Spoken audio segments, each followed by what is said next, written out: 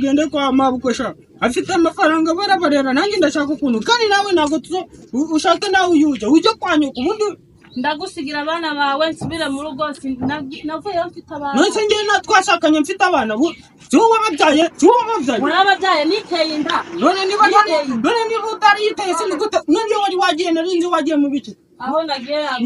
ntabwo nzajya mbona umugabo ngajye kungurira ko kunywa madame ibyo kurya inzara yenda kutwicarira abana ndeke kugenda suri kumva ubugizwe cyavuze suri kumva ibyavuze kubera kubura ibyo kurya ndisigaye ndiyabuze ibiyoga gusa kuba nayo kugura inzoga ukabara yo kuhaha weho n'amagi urayajyaga niyo mpamvu nirangurutse